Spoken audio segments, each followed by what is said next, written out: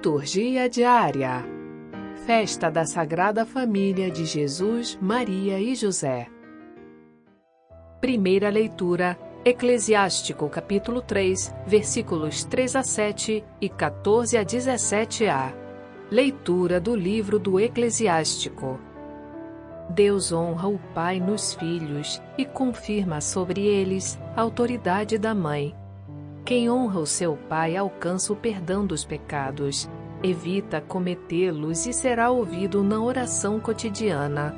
Quem respeita a sua mãe é como alguém que ajunta tesouros. Quem honra o seu pai terá alegria com seus próprios filhos, e no dia em que orar, será atendido. Quem respeita o seu pai terá vida longa, e quem obedece ao pai é o consolo da sua mãe. Meu filho, ampara o teu pai na velhice, e não lhe causes desgosto enquanto ele vive. Mesmo que ele esteja perdendo a lucidez, procura ser compreensivo para com ele. Não o humilhes em nenhum dos dias de sua vida.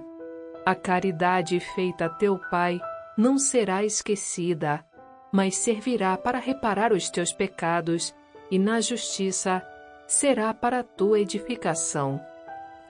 Palavra do Senhor. Graças a Deus. Salmo responsorial 127. Felizes os que temem o Senhor e trilham seus caminhos. Feliz és tu se temes o Senhor e trilhas seus caminhos. Do trabalho de tuas mãos has de viver, serás feliz, tudo irá bem. A tua esposa é uma videira bem fecunda, no coração da tua casa. Os teus filhos são rebentos de oliveira, ao redor de tua mesa. Será assim abençoado todo homem que teme o Senhor. O Senhor te abençoe de Sião, cada dia de tua vida. Felizes os que temem o Senhor e trilham seus caminhos.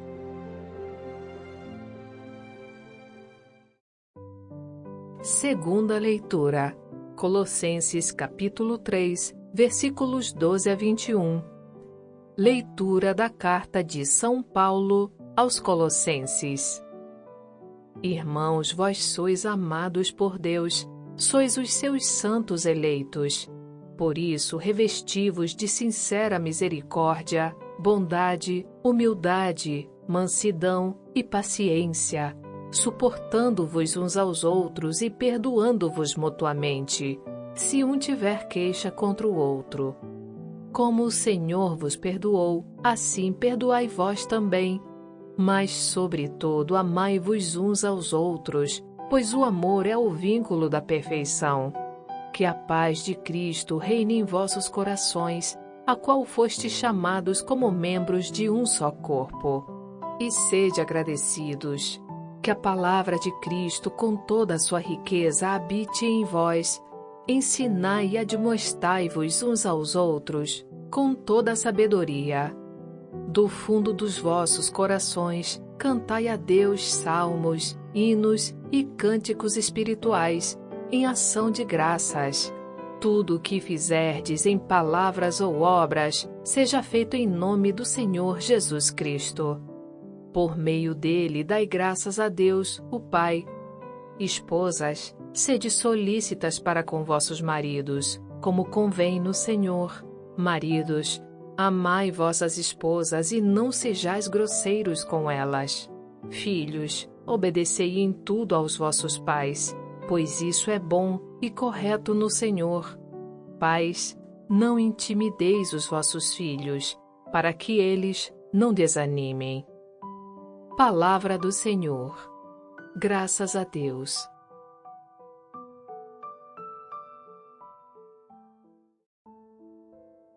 Evangelho.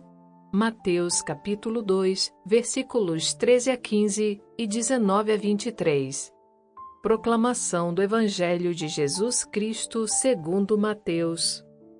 Depois que os magos partiram, o anjo do Senhor apareceu em sonho a José e lhe disse: Levanta-te, pega o menino e sua mãe e foge para o Egito. Fica lá até que eu te avise, porque Herodes vai procurar o menino para matá-lo. José levantou-se de noite, pegou o menino e sua mãe e partiu para o Egito. Ali ficou até a morte de Herodes, para se cumprir o que o Senhor havia dito pelo profeta: do Egito chamei o meu filho. Quando Herodes morreu, o anjo do Senhor apareceu em sonho a José no Egito e lhe disse: levanta-te, pega o menino e sua mãe e volta para a terra de Israel, pois aqueles que procuravam matar o menino já estão mortos.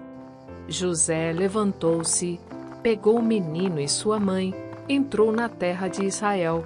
Mas quando soube que Arquelau reinava na Judéia, no lugar de seu pai Herodes, teve medo de ir para lá.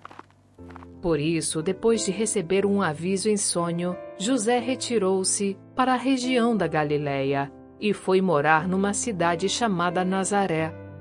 Isso aconteceu para se cumprir o que foi dito pelos profetas: ele será chamado Nazareno.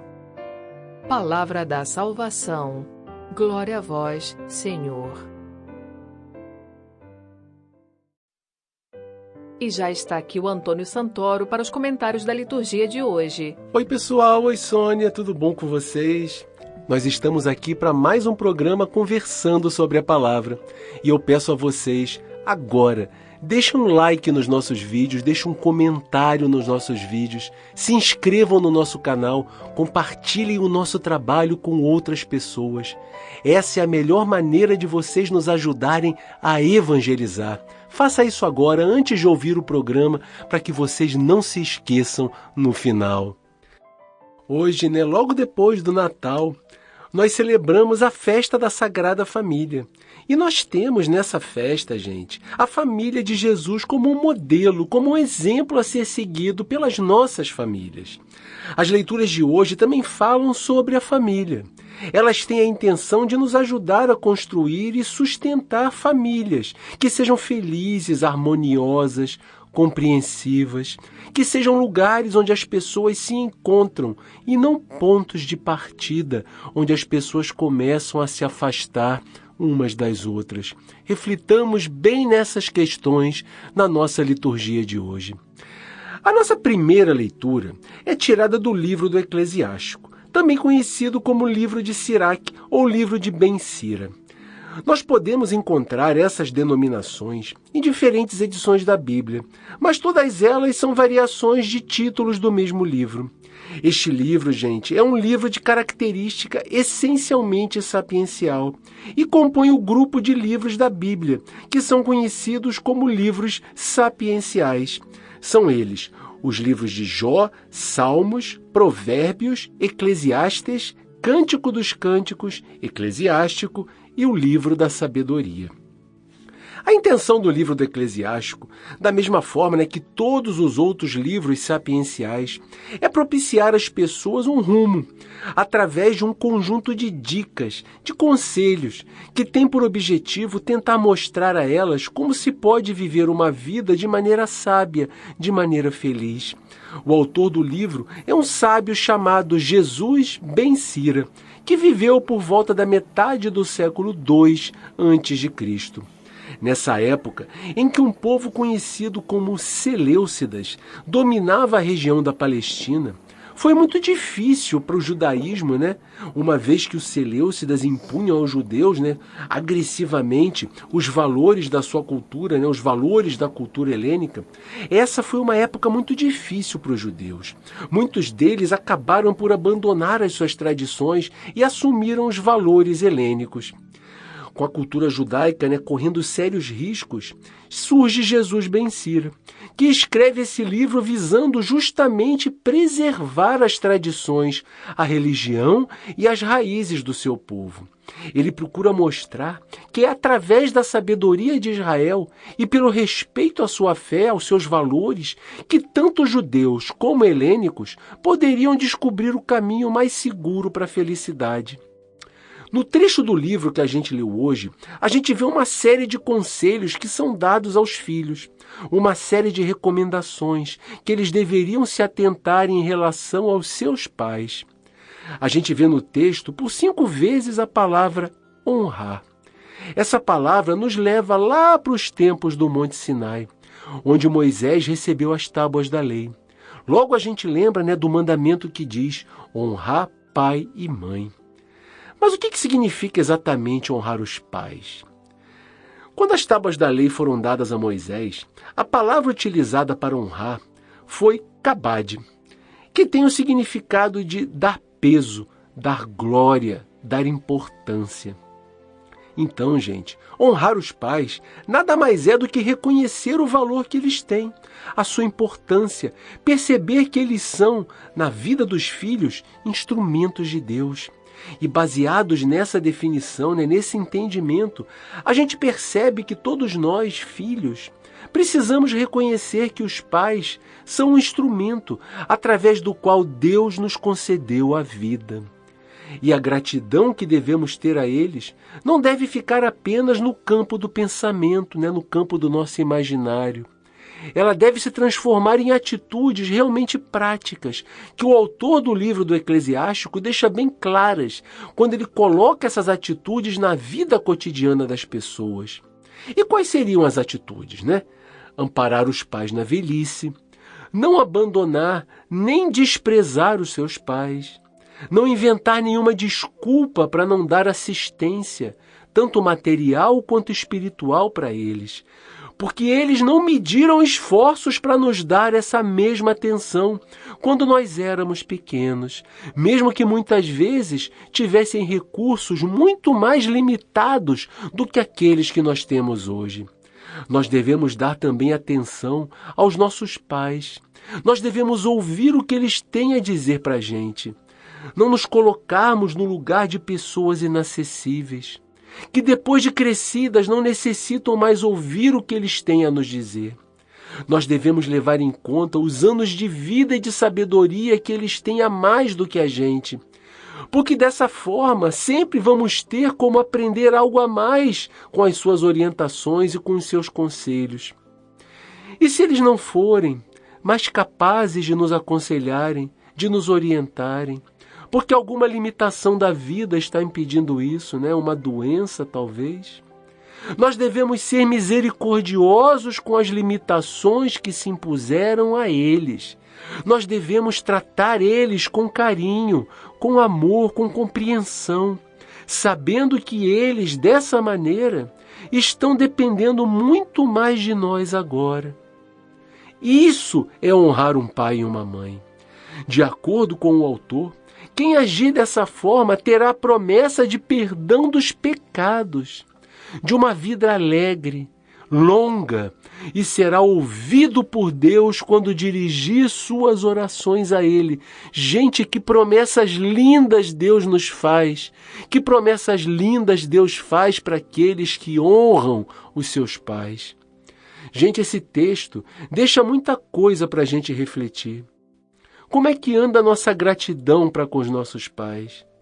Será que nós os vemos como instrumentos através dos quais Deus nos proporcionou a vida, nos proporcionou estarmos aqui, agora? Será que nós somos gratos a eles por isso, por tudo que eles fizeram por nós, por terem nos aceitado, por terem nos amado, por terem cuidado de nós, nos transformado em adultos, passado a nós os seus valores, a sua fé e, sobretudo, terem nos amado do jeito que podiam e do jeito que compreendiam? Será que nós somos gratos? Será que nós reconhecemos isso?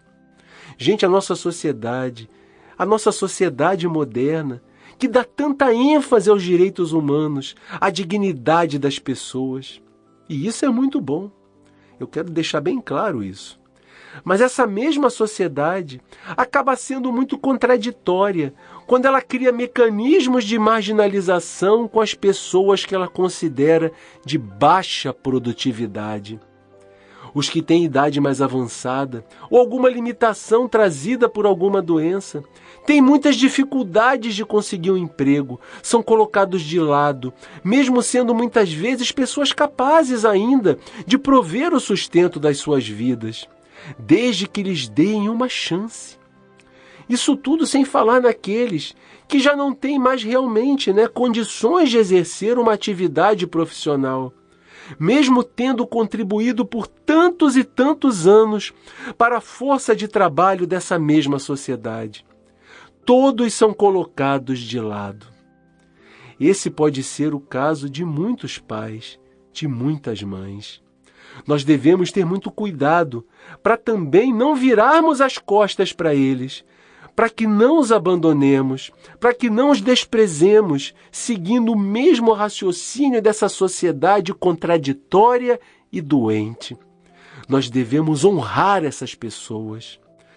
Gente, nós sabemos que hoje a atividade profissional das pessoas é muito exigente, ela toma muito tempo, ela consome boa parte da nossa vida. Isso acaba fazendo com que muitas vezes os filhos não consigam dar aos pais a atenção necessária que eles merecem. As atividades de cuidadores e de acompanhantes de idosos, elas ganharam muita força nos dias de hoje para auxiliar as pessoas que vivem uma situação assim. A gente não deve julgar ninguém.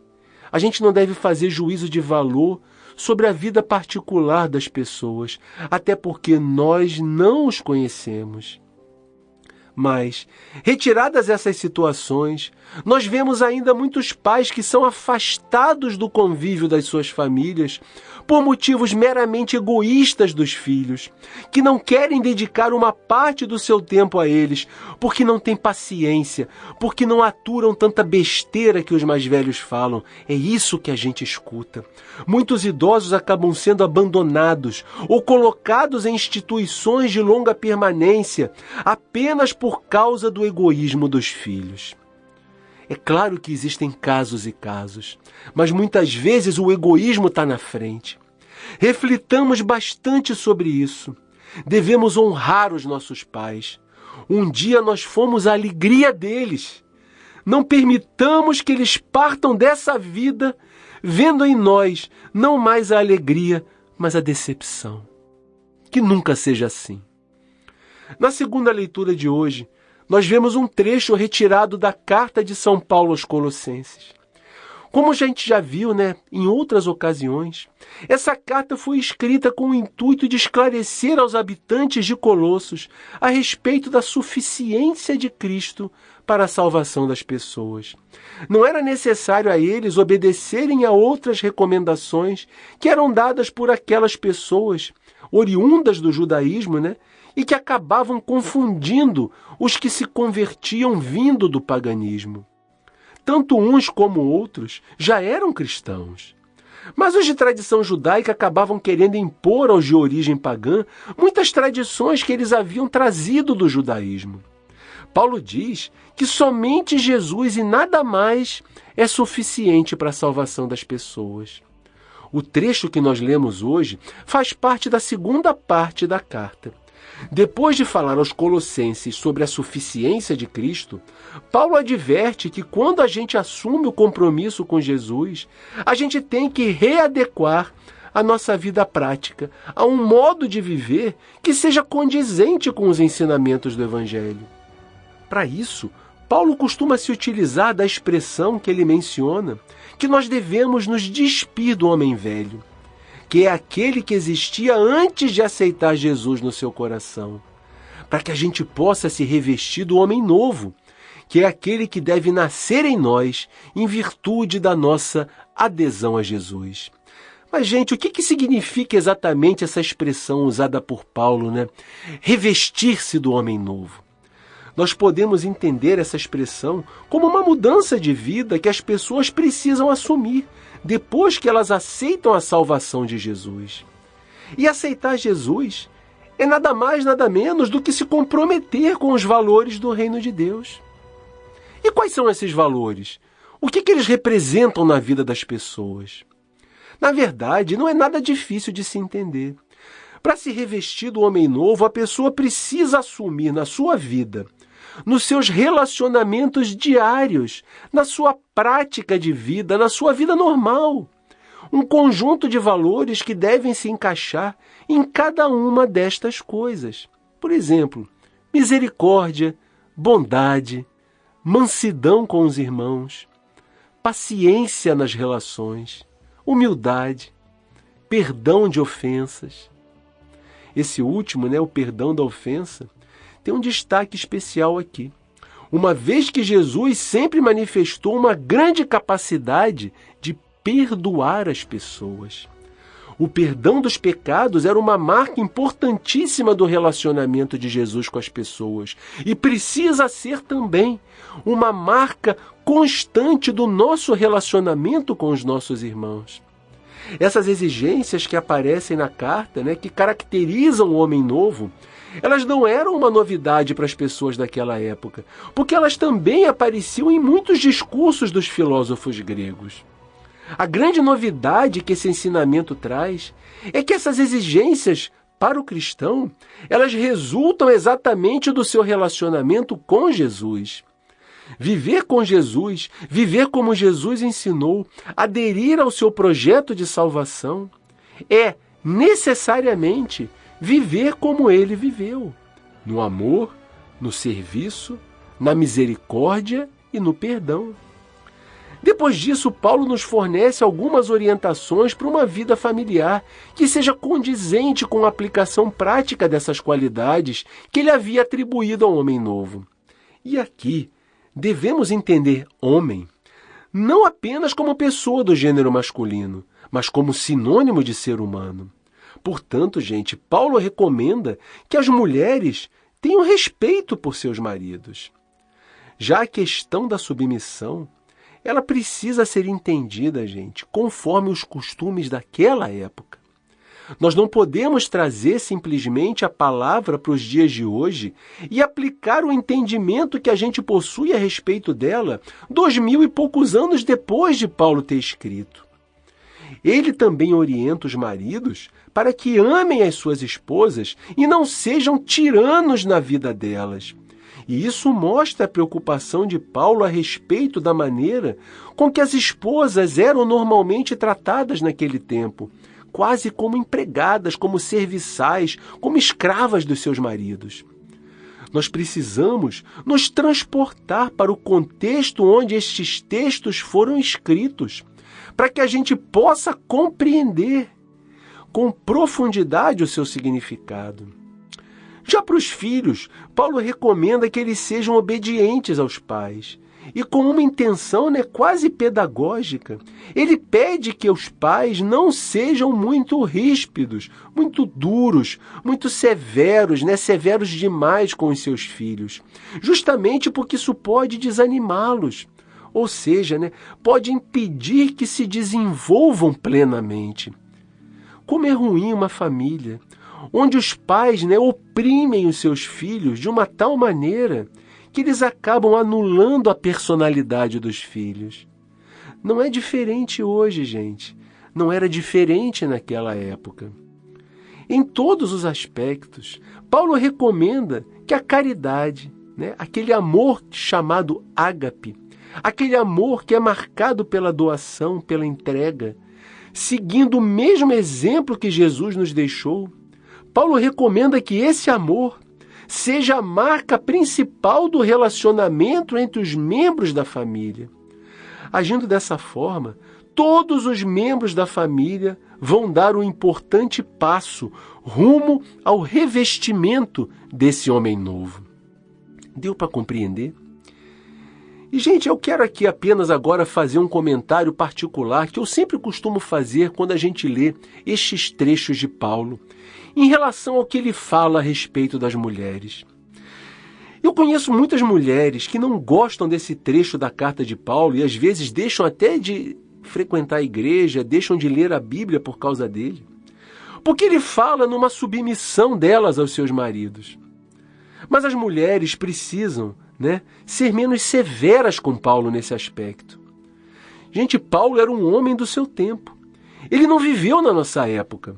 As sociedades da época de Paulo e até mesmo a nossa própria sociedade, até algumas décadas atrás, ela possuía uma organização totalmente voltada para o homem. A mulher tinha um papel totalmente secundário. A gente não pode exigir de Paulo, que viveu há quase 2000 anos atrás, que tivesse a mesma compreensão que a gente tem hoje a respeito da importância da mulher e do devido lugar que ela merece ocupar dentro das estruturas sociais.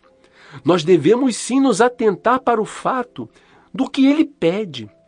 Do que ele pede num tempo em que as mulheres eram desprezadas. Ele pede que os seus maridos as amassem de verdade, com todas as implicações que o conceito desse amor ágape, que a gente acabou de ver, com todas as implicações que o conceito desse amor ágape traz junto de si.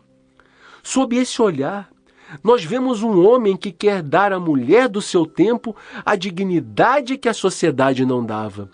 Então, se você, mulher, tem ainda algum preconceito com Paulo por causa desses trechos, tente compreender o texto nessa perspectiva. Paulo foi um visionário em relação ao respeito da mulher dentro da família e dentro da sociedade. O evangelho de hoje, ele traz para nós um trecho que tem a intenção de nos ensinar uma catequese a respeito da pessoa de Jesus e da missão que lhe havia sido confiada pelo Pai. A gente precisa entender esse evangelho sobre dois aspectos na nossa liturgia de hoje. Nós devemos ver uma família que permaneceu unida em todas as dificuldades pelas quais passou. Uma família que transparecia amor e companheirismo entre seus membros. E por um outro aspecto, uma família também guiada pela vontade de Deus, que tem confiança no seu projeto. Uma família que está atenta o tempo todo à escuta, à escuta da voz de Deus. Gente, os primeiros cristãos não tinham um interesse muito grande em relação à infância de Jesus. Mas eles tinham o seu interesse focado na mensagem, na sua mensagem e no seu projeto de salvação.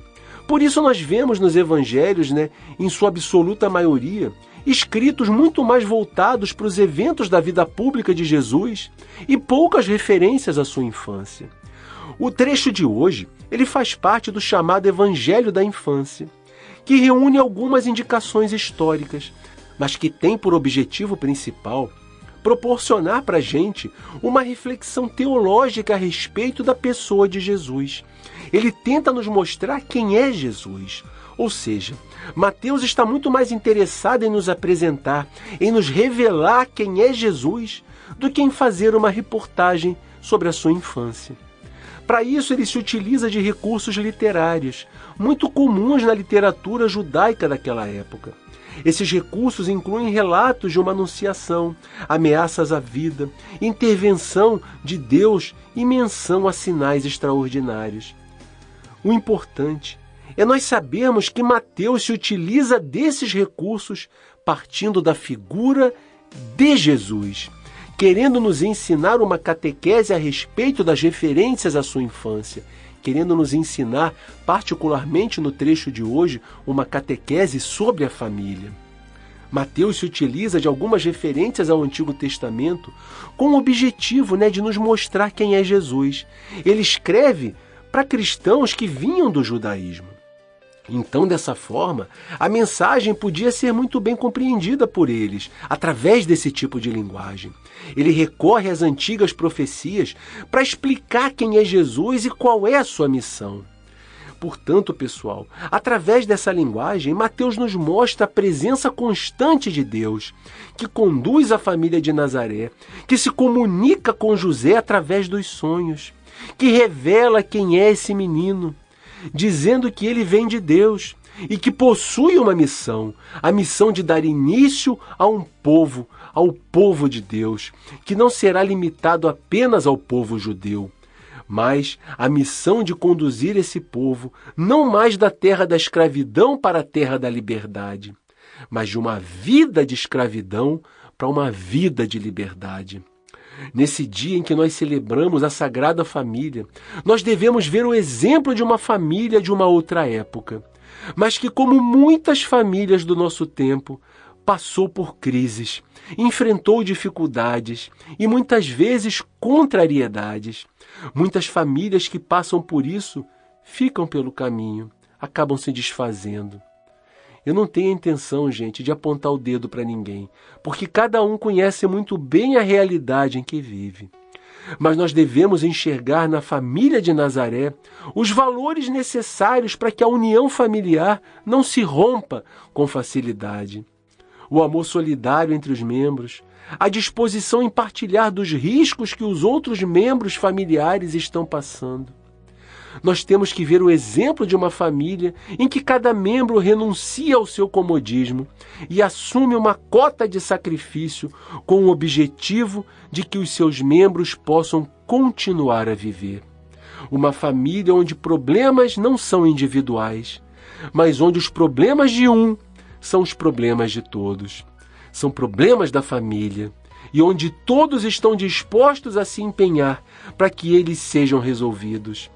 São essas atitudes que fazem uma família ter mais resiliência para passar pelas turbulências, pelas dificuldades, pelas tempestades que a vida lhes apresenta.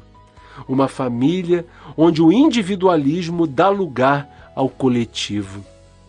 Então, que essa celebração de hoje seja um momento propício para que nós possamos refletir como anda a nossa família. Quando ela é confrontada com essas características que marcaram a Sagrada Família de Nazaré. Em nossa família, reina a solidariedade entre os seus membros. Todos se ajudam mutuamente. Nós conseguimos sentir os problemas de cada um dos membros da nossa família como problemas de todos. Aliás, nós procuramos conhecer os problemas dos membros da nossa família. Ou nós vivemos como se a gente fosse pessoas descompromissadas entre si, que têm em comum apenas o teto aonde moram. Nós percebemos a tristeza, nós percebemos as alegrias que os integrantes da nossa família estão vivendo. Nós choramos juntos, nós rimos juntos, nós fazemos coisas juntos. Para muitas pessoas, a família é apenas uma espécie de hotel, em que a pessoa acorda pela manhã, encontra uma mesa de café posta, toma o seu banho e vai para os seus estudos ou para o seu trabalho.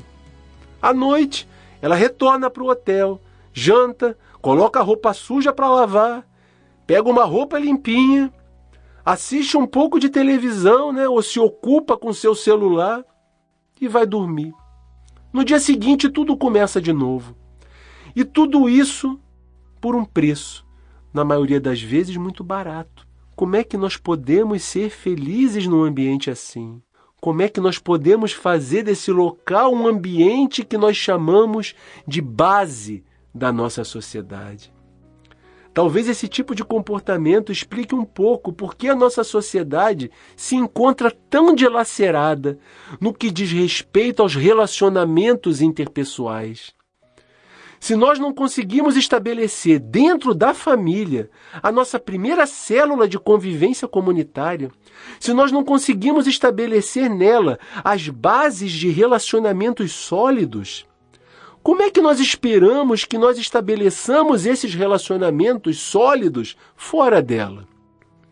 Que nós possamos ver, gente, no exemplo da Sagrada Família, como a nossa família deve ser um local onde se possa escutar a palavra de Deus. Que nós possamos aprender que através da escuta sincera dessa palavra, nós podemos encontrar os caminhos, os conselhos, as soluções, para que nós possamos vencer as dificuldades das nossas relações, as dificuldades que a vida nos apresenta. É através da escuta atenta dessa palavra que nós vamos aprender a ser solidários uns com os outros, que nós vamos aprender a ser menos egoístas, a pensar menos em nós o tempo todo. É dessa maneira que nós vamos poder ter muito mais sucesso em assegurar a cada um dos seus membros uma vida mais equilibrada. Gente, pensemos se a nossa família é realmente um local onde nós escutamos e vivemos a palavra de Deus, onde nós procuramos entender os sinais que Deus nos mostra todo o tempo, onde nós procuramos entender o que Deus quer nos dizer. Procuremos encontrar tempo para reunir a nossa família em torno da palavra de Deus. Se não for possível todos de uma vez, que seja da forma como for possível. Mas não deixemos de fazer isso, de escutar a palavra de Deus em família e de rezar juntos em família. Um pouquinho que seja, já vai fazer muita diferença. Pessoal, nós precisamos compreender, a nossa religião ela não é para ser vivida só dentro da igreja. Não é um compromisso formal que nós assumimos com o padre, com a nossa pastoral ou com os nossos amigos da comunidade. A nossa vida religiosa pode até começar dentro da igreja, mas ela precisa ser levada para o nosso dia a dia. Ela precisa ser levada para a nossa prática. Não é para ninguém sair pregando sobre a Bíblia o tempo todo, o dia inteiro para todo mundo. Mas é para nós vivermos o que nós aprendemos da Bíblia, para que nós vivemos o que nós aprendemos de Jesus, no nosso dia a dia, nas nossas relações, a começar dentro da nossa família, que é a nossa primeira e mais importante comunidade.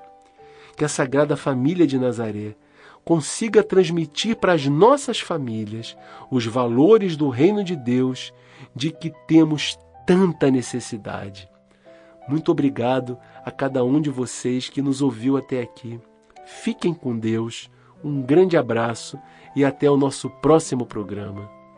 Obrigada, Antônio. Obrigado, ouvintes. Tenham uma boa semana e que Deus abençoe a todos.